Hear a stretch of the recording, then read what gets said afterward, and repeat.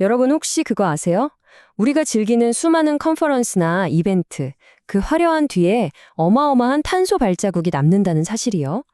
그래서 오늘은 마이스 행사를 기획할 때 바로 그 탄소 발자국을 지우고 진짜 지속 가능한 가치를 만들어내는 아주 실용적인 환경 전략들을 하나씩 제대로 파헤쳐 보겠습니다. 자, 한번 상상해 보세요. 정말 성공적인 행사가 딱 끝났습니다. 그럼 과연 무엇이 남을까요? 물론 멋진 추억, 새로운 지식 같은 것들도 있겠죠. 하지만 우리가 너무나 자주 놓치는 게 하나 있습니다. 바로 오늘 우리가 진짜 깊게 들여다봐야 할 문제죠. 예전 방식이라면요, 행사장은 말 그대로 산더미 같은 쓰레기로 뒤덮였을 겁니다. 하지만 우리가 앞으로 만들어가야 할 미래의 행사는 완전히 달라야 해요. 쓰레기 더미 대신에 지속 가능한 가치를 남기는 것, 이게 바로 오늘 이야기의 핵심입니다. 그럼 이 엄청난 차이를 만드는 구체적인 전략은 대체 뭘까요? 첫 번째 전략, 바로 제로 웨이스트 기획입니다. 근데 이게 단순히 쓰레기를 잘 치우자는 그런 차원의 얘기가 아니에요. 아예 기획 단계부터, 그러니까 맨 처음부터 쓰레기가 생기지 않도록 생각의 판을 완전히 뒤집는 것. 모든 건 바로 여기서부터 시작됩니다.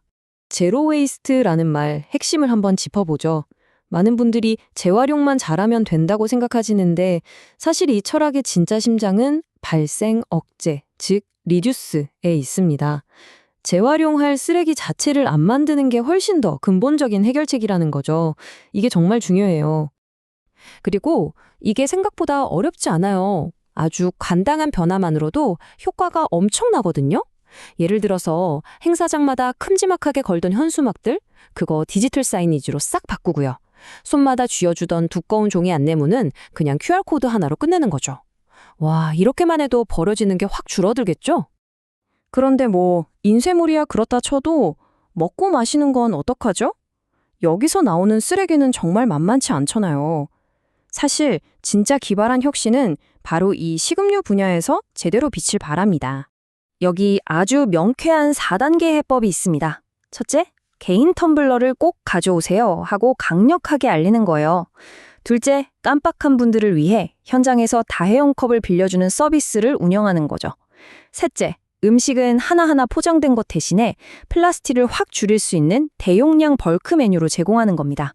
마지막으로 넷째, 식재료를 먼 곳에서 가져오면 운송탄소가 나오니까 우리 지역 식재료를 우선적으로 쓰는 거죠. 이 네 가지만 지켜도 쓰레기가 정말 획기적으로 줄어듭니다. 자, 지금까지는 우리 눈에 보이는 쓰레기 줄이는 법을 알아봤어요. 근데 눈에 보이지 않는 탄소는 어떨까요? 이제 시야를 좀 더 넓혀서 행사 운영의 또 다른 핵심, 바로 에너지와 교통 문제로 넘어가 보겠습니다. 장소 선정이 탄소 배출량을 결정한다. 와, 이 한 문장이 사실상 모든 걸 말해주죠. 우리가 행사를 기획할 때 내리는 가장 첫 번째 결정, 그러니까 어디서 열까 하는 그 결정이 전체 탄소 발자국의 얼마만큼을 차지하는지 보여주는 아주 강력한 메시지입니다. 그럼 어떤 기준으로 장소를 골라야 할까요? 이 체크리스트를 꼭 기억해 주세요. 첫째, 무조건 대중교통으로 가기 편한 곳이어야 하고요. 둘째, 건물의 에너지 효율 등급이 높은지 꼭 확인해야 합니다. 마지막으로, 태양광 같은 재생에너지를 쓰는 곳이다? 그럼 정말 최고죠. 자, 이렇게 좋은 장소를 골랐어요. 그럼 그 다음은 뭘까요? 바로 참가자들이 그곳까지 어떻게 올 것인가 하는 문제입니다.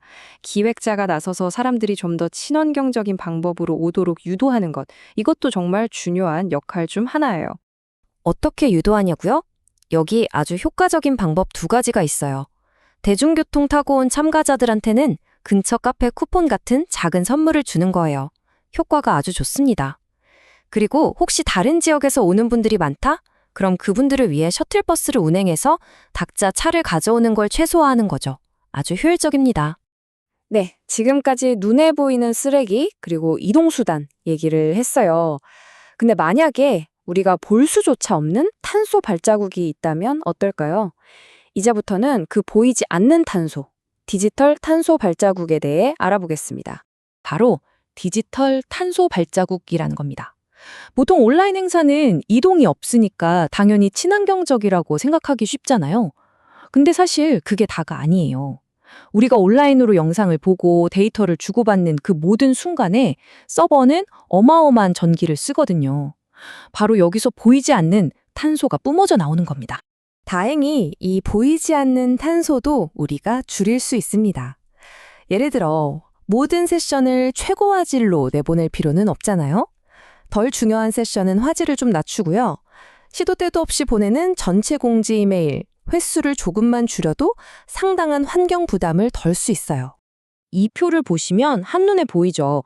각 행사 유형마다 장단점이 뚜렷해요. 오프라인은 이동 탄소가 문제고 온라인은 디지털 탄소가 높죠. 그렇다면 가장 이상적인 균형점은 어디일까요?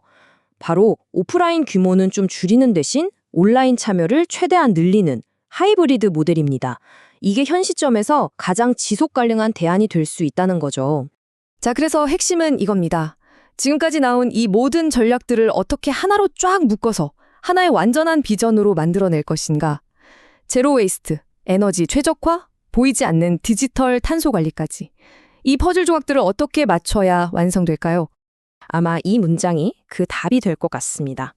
디지털 기술이 단순히 편리함을 넘어서 환경을 위한 도구가 될 때 비로소 진정한 지속 가능성이 완성된다.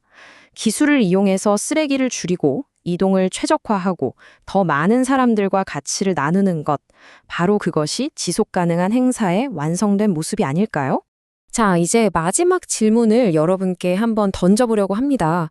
여러분이 다음에 기획하거나 혹은 참여하게 될 그 행사는 과연 어떤 미래의 모습을 보여주게 될까요? 오늘 우리가 함께 나눈 이야기들이 그 미래를 그리는데 아주 작은 영감이 되었으면 좋겠습니다.